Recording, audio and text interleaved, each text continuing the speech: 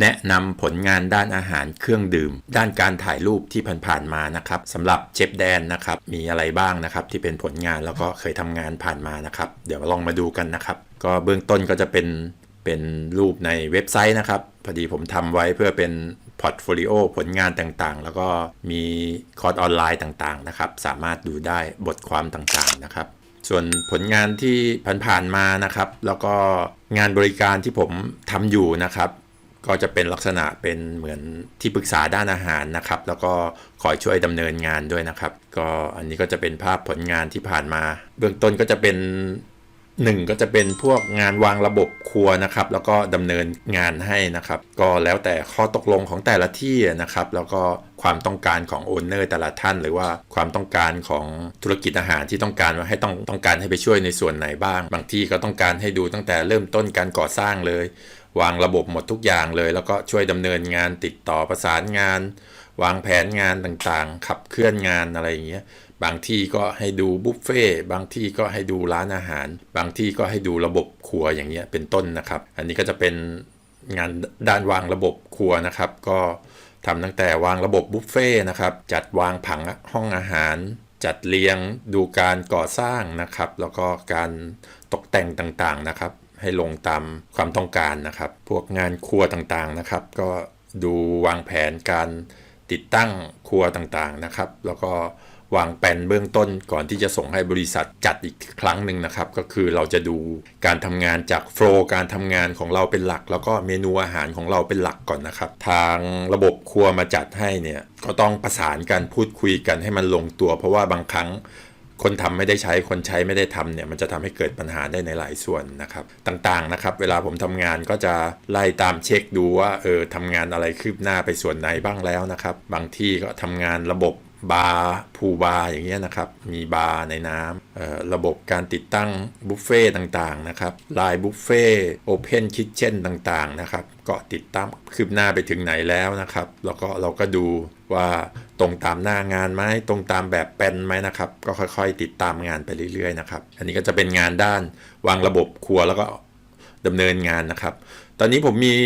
ที่ไหนต้องการวางระบบครัวนะครับสามารถติดต่อผมมาได้นะครับตอนนี้มีบริการวางระบบแล้วก็เขียนแบบให้ฟรีเลยนะครับแล้วก็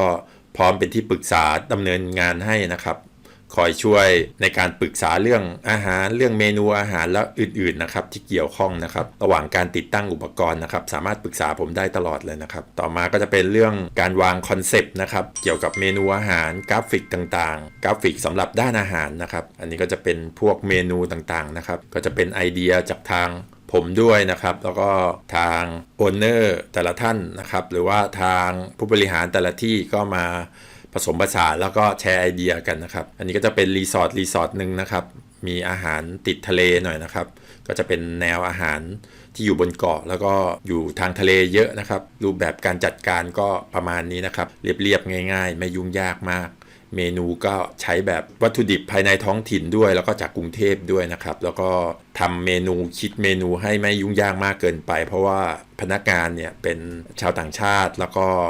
มีสกิลทักษะที่ไม่สูงในตอนเริ่มต้นนะครับก็มือใหม่หมดก็ดูให้ครอบคลุมแล้วก็ตอบโจทย์ลูกค้าได้นะครับก็หน้าตาประมาณนี้นะครับพวกเมนูอาหารก็ออกมาตามคอนเซ็ปต์พวกรูปอาหารต่างๆก็มีทีมจัดถ่ายทำต่างๆนะครับมีฟู้ดสไตลิ่งอาหารทุกจานในนี้ก็ผมเป็นคนจัดตกแต่งทั้งหมดนะครับให้สวยงามแล้วก็มีทีมงานที่สามารถจัดตกแต่งได้นะครับมีช่างภาพถ้าใครสนใจก็สามารถติดต่อมาได้นะครับที่ Line แอดเชฟแดนอันนี้ก็เช่นกันครับก็เป็นรูปร้านอาหาร1ร้านนะครับในกรุงเทพมีออกแบบเมนูอาหารออกแบบเมนูเครื่องดื่มนะครับพวกรูปภาพอาหารเนี่ยก็ผมก็เป็นคนฟู้ดสไตลิ่งนะครับแล้วก็คิดเมนูผสมผสานไปอันนี้ก็จะเป็นคาเฟ่เล็กๆน่ารักนะครับร้านกาแฟก็รังสรรค์พวกเมนูอาหารรูปภาพต่างๆนะครับวางแผนงานให้ออกมาดูสวยงามนะครับอันนี้ก็จะเป็น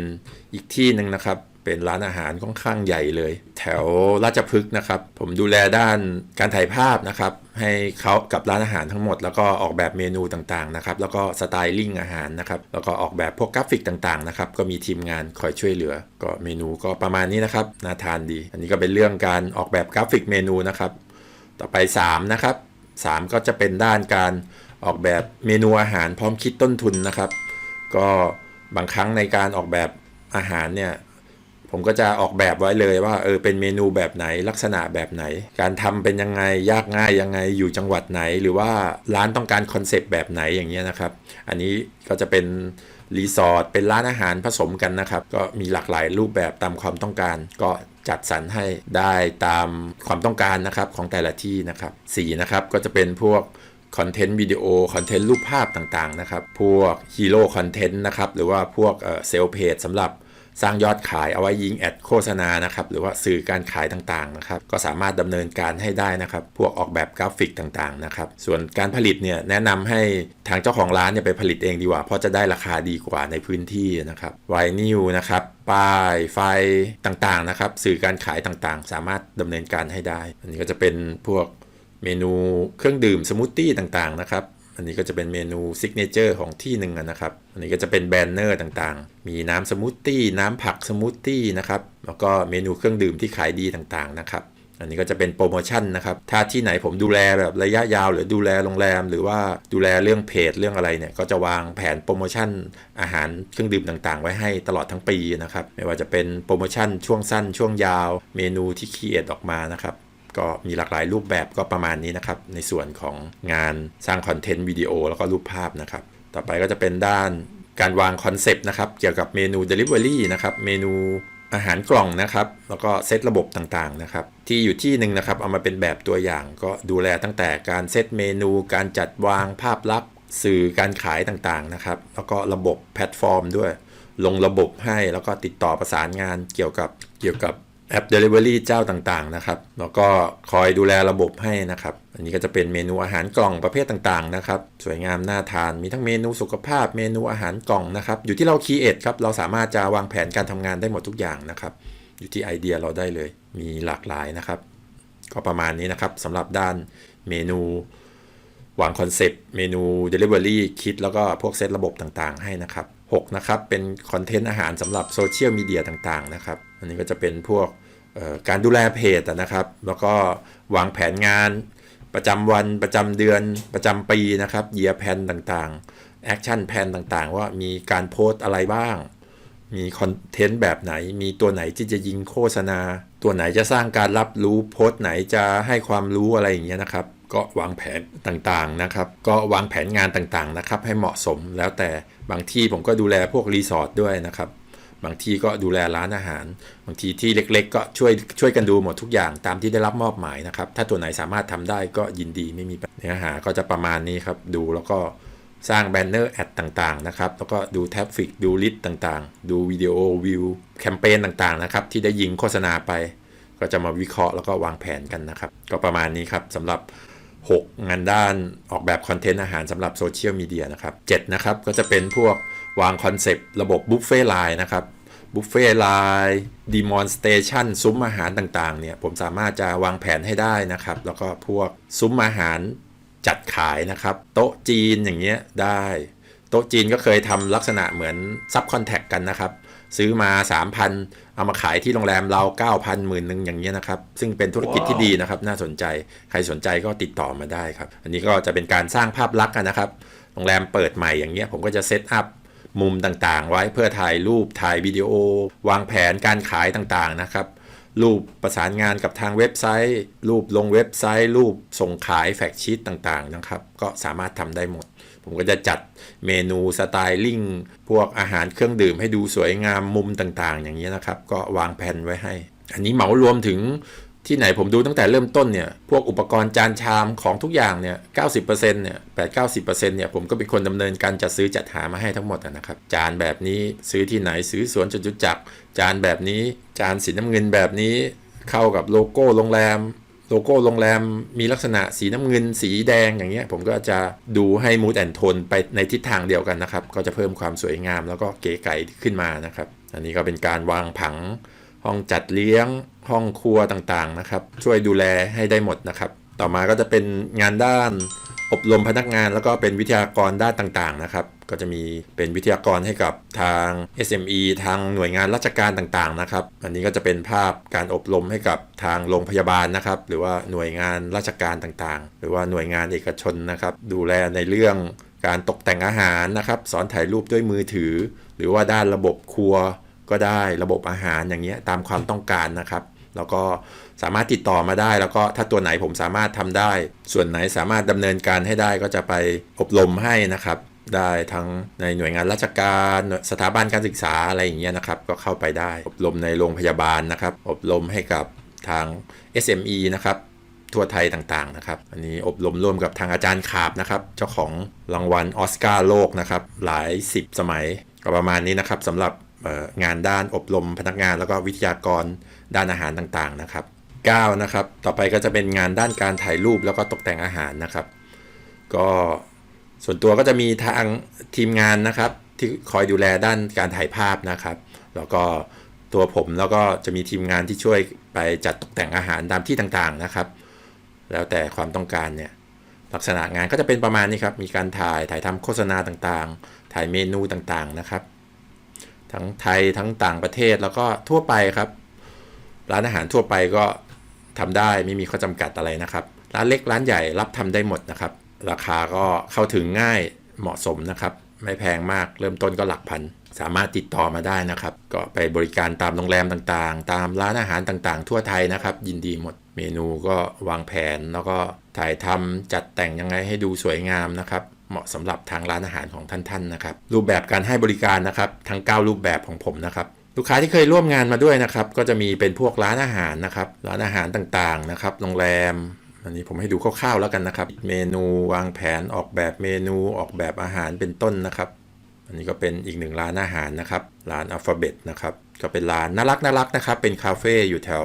วางแผนด้านเมนูอาหารนะครับถ่ายรูปให้เขาอาหารก็น่าทานสวยงามนะครับแต่ละที่ก็การทำงานไม่เหมือนกันนะครับที่ให้ไปถ่ายรูปบางที่ให้ไปดูที่เป็นที่ปรึกษาบางที่ให้ไปวางระบบครัวก็แล้วแต่ความต้องการของลูกค้านะครับทำได้หลากหลายรูปแบบให้ตรงความเหมาะสมนะครับอันนี้ก็จะเป็นโรงแรมนะครับโรงแรมชื่อกลับโฮเทลอยู่แถวประตูน้ำนะครับก็เป็นโรงแรมน่ารักนะครับยูนิคเก๋ๆสวยงามทันสมัยนะครับอันนี้ก็ผมดูแลตั้งแต่ก่อสร้างเลยแล้วก็วางระบบส่วนเลยทั้งเมนูอาหารอะลาคาร์ทบุฟเฟ่ไลน์อุปกรณ์พนักงานทุกอย่างทำตั้งแต่การก่อสร้างการรับพนักงานก็ดูแลให้ได้หมดนะครับติดต่อประสานงานมาก็ประมาณนี้นะครับโรงแรมน่ารักอาหารก็น่าทานนะครับกาแฟก็อร่อยเลยรีสอร์ทนะครับชื่อเกาะมันนอกนะครับก็เป็นเกาะที่สวยงามมากนะครับเป็นเกาะยูนิคเกาะเล็กๆเกาะส่วนตัวนะครับก็ดูแลด้านอาหารเครื่องดื่มให้เขานะครับไปวางแผนเมนูออกแบบเมนูทำสูตรอาหารทำเรซิปีนะครับแล้วก็สไตลิ่งอาหารให้เขานะครับก็เป็นโรงแรมน่ารักน่าเที่ยวบรรยากาศดีมากนะครับมีโอกาสก็ไปแวะพักกันนะครับเกาะมันนอกอันนี้ก็จะเป็นรีสอร์ทอีกที่หนึ่งนะครับชื่อบ้านมะกอกนะครับก็เป็นรีสอร์ทเล็กๆน่ารักนะครับอยู่บนเกาะกูด